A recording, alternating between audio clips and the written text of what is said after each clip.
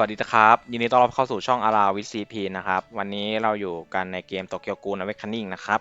โดยวันนี้เนี่ยจะเป็นซีรีส์ใหม่เนาะซีรีส์ฮิเดะหรือซีรีส์นะครับโดยเราจะเล่นฮิเดะนะครับกับทีมทั้ง4แท็กนะครับก็คืออาโอกิริซีจีจีอันเทคูแล้วก็ไม่มีองค์กรนะครับกับตัวละครฮิเดะเนาะเราดูกันว่าฮิเดะเนี่ยตัวละครมันความสามารถมันจะเป็นแบบไหนนะครับผมมาเริ่มกันที่ตัวละครก่อนเลยนะครับ ตัวละครของฮิเดะเนี่ยเราปั้นสุดแล้วทุกอย่างนะครับก็คือเป็น 3S เนาะแล้วก็เลเวล350เรียบร้อยแล้วนะครับผมมาเริ่มกันที่อุปกรณ์นะครับบอลแดงนะครับเมื่อเริ่มต่อสู้เนี่ยจะทำให้ตำแหน่งเราเนี่ยลงมือนะครับฝ่ายเราจะไม่ลดลงเป็น3หมายความว่าอะไรหมายความว่าเดิมทีเนี่ยจะมีสล็อตกดการ์ดใช่ไหมครับแล้วถ้าเราตายเรื่อยๆเนี่ยสล็อตกดการ์ดจะเหลือ1เนาะถ้าเหลือตัวสุดท้ายแต่การมีฮิเดะเนี่ยจะทำให้สล็อตกดการ์ดเนี่ยลดลงไม่มีทางต่ำกว่า3นะครับก็คือจะมีค้างแค่3นั่นแหละต่อให้มีตัวเดียวก็ตามนะครับแล้วก็เมื่อฝ่ายเราใช้สกิลแอคทีฟนะครับทุก2ตัวเนาะจะทำให้ฝ่ายเราเนี่ยเพิ่มขึ้นอ่าพลังโจมตีเนี่ยเพิ่มขึ้น2%นะครับมากสุด16%เลยนะครับหรือก็คือใช้กราฟให้บ่อยที่สุดนะครับจะทำให้สแตทพลังโจมตีเนี่ยเพิ่มขึ้นนะครับและไม่ได้ระบุเทิร์นด้วยนะครับผมเพราะฉะนั้นสแต็กได้เต็มเนาะแล้วก็หลังจากตัวละครฝ่ายเราปล่อยสกิลแอคทีฟนะครับภายใน1เทิร์นนะครับจะได้รับเอฟเฟกต์การป้องกันครินะครับเพิ่มขึ้น8%สูงสุด4ชั้นก็คือ32เนาะก็คือต้องกดการ์ด4การ์ดถามว่ามาจากไหนมาจากการที่ฮิเดะกดการ์ด1ใบแล้วทำให้เพื่อนเนี่ยตีเบิลได้อีก2รอบนะครับใบละมี2ใบก็เป็น4รอบพอดีนะครับผมประมาณนี้นะครับส่วนในเรื่องของอ่าความสามารถนะครับมาเริ่มดูจากการแอคทีฟก่อนนะครับก็คือการสามารถกดการ์ดเนาะคือกดการ์ดเนี่ยเป็นการเพิ่มเบสสแตทนะครับแล้วเพิ่มเยอะมากนะครับก็คือ10% 15% 2รอบแล้วก็20% 3รอบนะครับเวล1เนี่ยจะแค่1รอบนะครับ1เทิร์นเนาะแล้วก็หลังจากนั้นเนี่ยจะได้รับปรับประสิทธิภาพขั้นยอด2อันนะครับสูงสุดได้4อันนะครับก็คือฮีเด็กกดการ์ด2รอบเนาะสแต็กก็จะเต็มนะครับ ซึ่งปรับประสิทธิภาพขั้นยอดเนี่ยทำให้หลังจากตัวละครฝ่ายเราใช้สกิลแอคทีฟเนาะจะลบ1สแต็กนะครับแล้วก็จะทำให้ตัวละครตัวนั้นเนี่ยปล่อยสกิลซ้ำนะครับแล้วก็เอฟเฟกที่ปล่อยซ้ำเนี่ยจะสร้างดาเมจประมาณ60%ของเดิมนะครับผมถามว่ามันดียังไงในเรื่องของความสามารถเนี่ยดีอยู่แล้วเพราะว่ามันเพิ่มเบสสแตทและเพิ่มเยอะมากแล้วก็หลายเทิร์นด้วยนะครับแล้วก็ตัวละครบางตัวเนี่ยมันจะได้ความสามารถเพิ่มขึ้นจากการกดการ์ดเนาะอย่างนิชิกินะครับถ้าเราตีหมู่ครบ4ใบนะครับเทิร์นต่อไปจะได้อัพการ์ดซึ่งการมีฮิเดะเนี่ยมันจะทำให้ตัวละครและความสามารถเหล่านั้นเนี่ยมันใช้ได้ง่ายขึ้นนะครับหรืออย่างโตกเขียวเนาะจะได้สเตตเมื่อใช้การ์ดอย่างเงี้ยครับมันจะทำให้ตัวละครฮิเดะเนี่ยมันส่งผลให้ค่อนข้างเยอะนะครับผม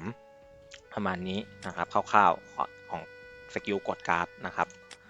มาเริ่มที่0 ดาวนะครับผมความสามารถ0 ดาวตัวเองเนี่ยจะได้คู่หูของเพื่อนนะครับผมแล้วก็เพิ่มเบสสแตทนะครับ15%นะครับผมไม่มีอะไรเลยเพิ่มเป็นก้อนหนึ่งดื้อๆเลยครับ15%แล้วก็เมื่อตัวเองได้รับปรับประสิทธิภาพเนาะภายใน2รอบเนี่ยจะทำให้ฝ่ายเราสร้างดาเมจเพิ่มขึ้น5%สูงสุด4ครั้งนะครับผม แล้วก็เมื่อลบประสิทธิภาพเนี่ยจะทำให้ฝ่ายเราได้รับดาเมจลดลงนะครับ10%สูงสุด2ครั้งนะครับก็คือเทิร์นแรกเนี่ยลบครบ2รอบแน่นอนนะครับก็คือลดเท่ากับว่าเทิร์นแรกเนี่ยถ้าเราใช้การ์ดครบเนาะลดดาเมจ20%แล้วก็ได้ป้องกันคลีอีก32%นะครับซึ่งถือว่าอึดมากๆนะครับ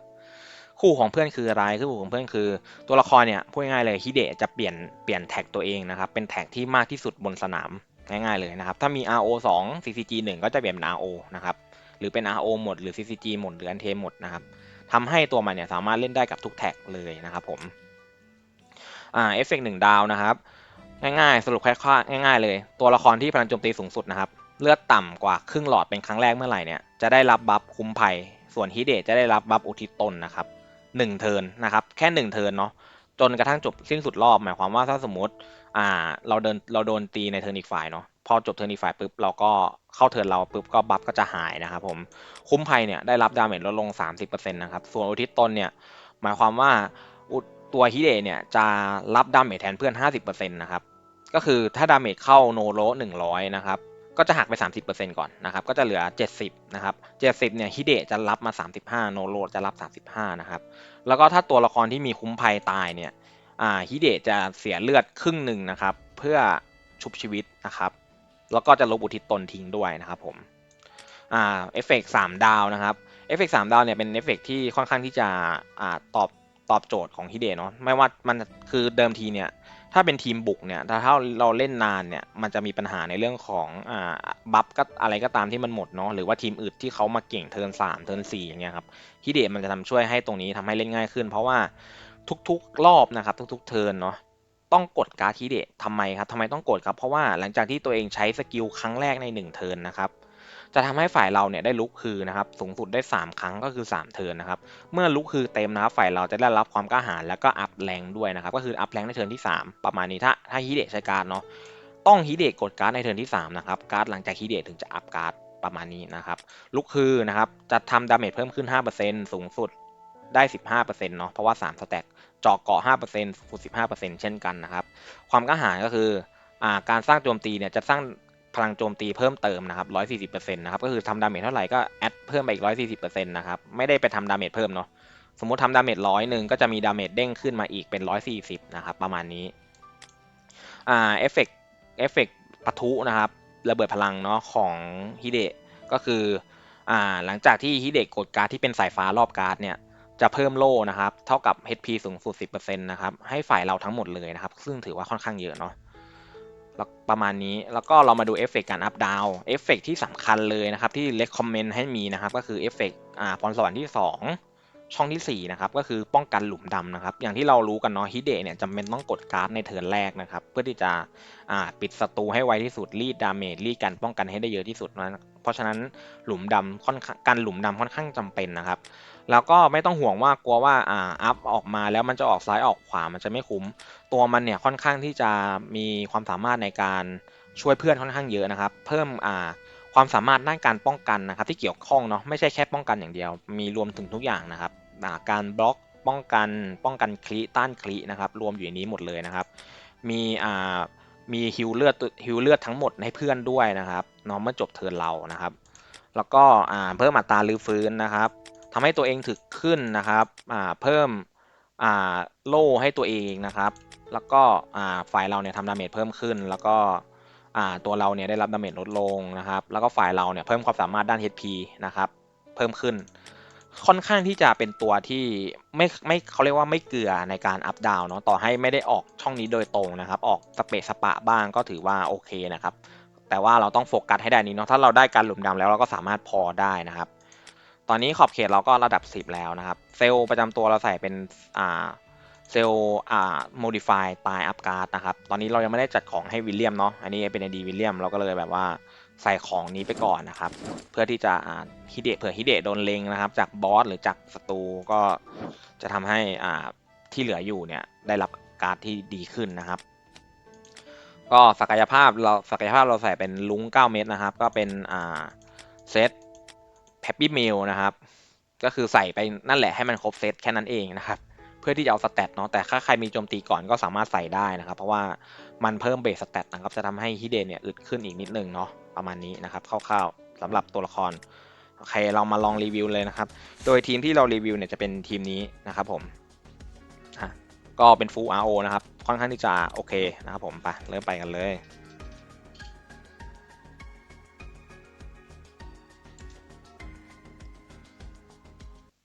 ตัวละครฮิเดะเนี่ยสำหรับผมเนาะถ้าสำหรับผมเนี่ยในเมตาเนี้ยผมเดี๋ยวแป๊บนึงพักก่อนนะครับวิธีการเล่นฮิเดะคร่าวๆนะครับก็คือกดการ์ดฮิเดะนะครับกดการ์ดอายาโตะเขียวเนาะสำหรับทีมนี้นะแล้วก็กดการ์ดโนโรนะครับถ้าโนโรติดหลุมดำนะครับสามารถกดอายาโตะเขียวอีกใบหนึ่งได้นะครับแล้วถ้าโนโรติดหลุมดำและไม่มีการ์ดขึ้นก็สามารถกดโนโรที่เป็นหลุมดำได้เช่นกันนะดาเมจจะดรอปลงนิดหน่อยนะครับแต่การมีฮิเดะเนี่ยมันจะทำให้ตัวละครมันเร่งประสิทธิภาพได้ขึ้นมาพอตัวนะครับเพราะฉะนั้นก็ไม่ต้องห่วงนะครับส่วนในเรื่องของอายาโตะเขียวนะครับถ้าใครมีเซลล์ประจำตัวนะครับก็สามารถกดอายาโตะเบิร์นได้เช่นกันนะครับเพราะว่าอย่างที่หลายคนยังไม่รู้หรืออาจจะรู้แล้วนะครับฮิเดะเนี่ยเวลาเบิร์นการ์ดให้เพื่อนเนี่ยมันจะเป็นการเบิร์นตามจำนวนเลเวลที่เพื่อนใช้นะครับถ้าเพื่อนใช้การ์ดเลเวล2ฮิเดะก็จะเบิร์นให้เป็นเลเวล2ถ้าเพื่อนใช้เลเวล3เพื่อนฮิเดะก็จะเบิร์นให้เป็นเลเวล3เพราะฉะนั้นเนี่ยการที่อายาโตะสามารถฆ่าศัตรูได้ในใบแรกเนี่ยจะทำให้ใบที่2เนี่ยอัพเลเวลการ์ดแล้วฮิเดะเนี่ยมันจะทำให้การเบิร์นเนี่ยมันมีประสิทธิภาพเยอะขึ้นเพราะว่ามันเป็นเลเวลที่สูงขึ้นนะครับผมประมาณนี้นะวิธีการเล่นคร่าวๆสำหรับอาโอกิรินะครับ แล้วก็มาพูดถึงกันต่อในเรื่องของคะแนนในเมตานี้นะครับคะแนนในเมตานี้เนี่ยส่วนตัวเนี่ยผมเลือกที่จะให้ฮิเดะเนี่ยอ่า1,000 เต็ม 10ครับใช้คำว่า1,000 เต็ม 10เลยมันจากที่ลองเล่นคร่าวๆเนาะที่ยังไม่ได้อัดคลิปแต่ว่าลองหาข้อมูลนะครับตัวมันเนี่ยค่อนข้างที่จะตอบโจทย์นะครับไม่ว่าจะเล่นทีมไหนเนาะแต่ว่าอันเทเนี่ยค่อนข้างที่ยังมีปัญหาอยู่เพราะว่าอ่า แน่นพอเนี่ยอันเทมันมีปัญหาในเรื่องของดาเมจมันค่อนข้างขาดในตอนนี้นะครับดาเมจมันหนักจริงๆครับมันตีใครไม่ค่อยเข้าแล้วนะครับถ้าไม่ได้ปั้นมันแน่นจริงๆนะครับส่วน CCG เนี่ยแล้วใครมีอาริมาเขียวและยิ่งถ้ายิ่งมีเซลล์อาริมาเขียวเนี่ยผมบอกเลยว่าฮิเดะแม่งปั้นเก่งมากๆครับอย่างเราจะใช้ดูนะครับถ้าเรากดอายาโตะขั้น3เนาะเราจะดูว่าฮิเดะเนี่ยมันจะเบิ้ลขั้น3ให้เลยนะครับไม่รู้ว่าจะยืนได้หรือเปล่าอีกฝั่งโอเคยืนได้ครับ เห็นดูนะครับมันจะขึ้นทางซ้ายมือเลยนะครับว่าเห็นไหมครับสกิลเลเวล3เนาะมันจะเบิ้ลให้ไปเลเวล3เลยนะครับเพราะฉะนั้นเนี่ยค่อนข้างเก่งนะครับแล้วถามว่าทำไมผมถึงให้คะแนน1,000 เต็ม 10นะครับ1,000 เต็ม 10เพราะว่า1,000 เต็ม 5ช่องเราให้5 ดาวเนาะใช้คำว่าดาวแล้วกัน1,000 เต็ม 5 ดาวครับเพราะว่าตัวมันเนี่ยเพิ่มขีดจำกัดความสามารถทุกโหมดนะครับอารีนาตีบอสล็อกทะลวงภูมิภาคนะครับตัวมันเนี่ยเก่งหมดเลยนะครับผมใช้คำนี้เลยนะครับเก่งหมดเลยเนาะเพราะว่าอ่าการตีซ้ำเนี่ยมันจะทำให้ตัวละครเนี่ยสายดาเมจเนี่ยรีดประสิทธิภาพดาเมจออกมาได้มากขึ้นนะครับและยิ่งบางตัวเนาะจำเป็นต้องกดการ์ดบ่อยๆนะครับเพื่อบัฟตัวเองหรือบัฟเพื่อนนะครับก็จะได้ประโยชน์ตรงนี้ไปนะครับอ่าจากเดิมบอสกระต่ายของอีเวนต์นากิเนี่ยไอดีองค์ชายนะครับผมเน้นว่าไอดีองค์ชายนะไม่ใช่ไอดีวิลเลียมนะไอดีองค์ชายเนี่ยสามารถตีบอสเนี่ยได้ประมาณ2 ล้านนะครับแต่ว่าพอมีฮิเดะเนี่ยสามารถฆ่าบอสกระต่ายได้เลยนะครับทั้งที่บอสกระต่ายเนี่ยมันเพิ่มแคปเลือดเนาะจาก2 ล้านเป็น6 ล้านนะครับสามารถจัดการบอสกระต่ายได้ภายใน5 เทิร์นนะครับก็คือดาเมจเต็มแคปเลยก็คือ6 ล้านนะครับจากเดิมที่ได้แค่2 ล้านเนาะส่วนตัวของบอสโลกนะครับบอสโลกเนี่ยตัวฮิเดะก็ทำผลงานได้ค่อนข้างดีเนาะจากเดิมเนี่ยตีบอสได้ประมาณ100 ล้านนะครับมีโนโรเนาะก็ได้ประมาณ100 ล้านแต่การมีฮิเดะเนี่ยทำให้คะแนนพุ่งถึง200 ล้านบวกเลยนะครับก็คือเพิ่มมาเกือบเท่าตัวเลยว่าง่ายๆอ๋อแล้วมันตัวมันไปได้ทุกโหมดนะแน่นอนนะครับเพราะว่ายิ่งโหมดไหนที่ไม่มีหลุมดำเนี่ยตัวละคร6 ดาวก็เพียงพอแล้วนะครับ แล้วก็ถ้าถามว่าพี่ครับผมมีงบจำกัดผมควรสุ่มเท่าไหร่ดีนะครับก็ขั้นต่ำเหมือนเดิมครับขั้นต่ำคือคูณ6 ดาวครับแต่ว่าก็จะมีปัญหาถ้าเราไปเล่นกับคนที่ปั้นตัวละครมาดีคำว่าปั้นมาดีคือยังไงคือเขารู้ว่าเขาไม่สามารถเปิดก่อนได้เนาะเขาก็เล่นเป็นซีเซลสายป้องกันนะครับก็คือมีหลุมดำมีไตอัพการ์ดอะไรพวกนี้เนาะมันจะทำให้ฮิเดะเนี่ยมีโอกาสที่จะโดนหลุมดำสูงนะครับแล้วถ้าฮิเดะโดนหลุมดำเนี่ย ต่อให้ฮิเดะกดการ์ดแล้วเนี่ยแต่ว่าเพื่อนก็จะไม่ได้ตีเบิลนะครับผมประมาณนี้เพราะว่ามันโดนใบเนาะความสามารถมันไม่ออกมานะครับความสามารถก็คือ3 เหลี่ยม2 อันบนหัวเนี่ยครับก็คือเนี่ยถ้าใช้เพื่อนใช้ก็จะหัก1 อันเนาะถ้าโดนใบก็จะไม่มีความสามารถนี้ขึ้นมานะครับก็จะเป็นปัญหานะครับผมเพราะฉะนั้นถ้าให้แนะนำส่วนตัวนะครับถ้ามีงบนิดหน่อยแล้วพอไปได้นะครับไปให้เปิดหลุมดำนะครับคุณอาจจะโชคดีได้กันหลุมดำเร็วนะครับแต่ถ้าคุณโชคร้ายก็ถือว่าซื้อบัฟให้เพื่อนละกันเนาะถือว่าซื้อบัฟให้เพื่อนเพราะว่าบัฟมันก็ค่อนข้างที่จะโอเคนะครับในการซับเพื่อนเนาะบัฟในเรื่องของการอัพสกิลนะครับค่อนข้างโอเคนะครับผมเป็นตัวที่โอเคเลยนะครับส่วนทีมไม่มีวงกรนะครับตอนนี้ก็คิดว่าอีก2 ตัวที่จะมาเนี่ยน่าจะไม่มีวงกรแหละเนาะเพราะว่ารูปที่หลุดมาเนี่ยคาดว่าน่าจะเป็นรีเซตนะครับเพราะว่ามันมีโบผูกผมที่เป็นซิกเนเจอร์ของรีเซตนะครับ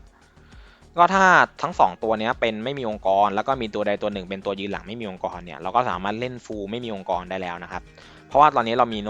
คู่แสงเนาะมีอุตาแสงแล้วก็ฮิเดะนะครับแล้วก็ขาดอีกตัวหนึ่งยืนหน้าแล้วก็ตัวหนึ่งยืนหลังนะครับถ้าไม่มียืนหลังเนี่ยก็สามารถใช้อาริมะไปก่อนได้แต่มันก็จะไม่ใช่ฟูลทีมนะคะประมาณนี้นะครับแล้วก็ในเรื่องของบางคนถามว่า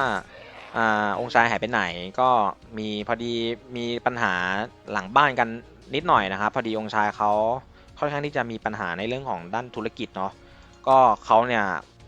ค่อนข้างที่จะใกล้รีไทร์แล้วนะครับเขาก็ค่อนข้างที่จะเติมน้อยเนาะบางคนก็เห็นว่าพลังไม่ขยับอะไรอย่างนี้แต่ว่าไม่ต้องห่วงนะครับไม่ว่าจะองค์ชายหรือวิลเลียมชนะเนาะทั้งคู่ก็เป็นเพื่อนที่ดีต่อกันนะครับเขาตัววิลเลียมเนี่ยค่อนข้างที่จะอ่าเคารพและนับถือองค์ชายนะครับ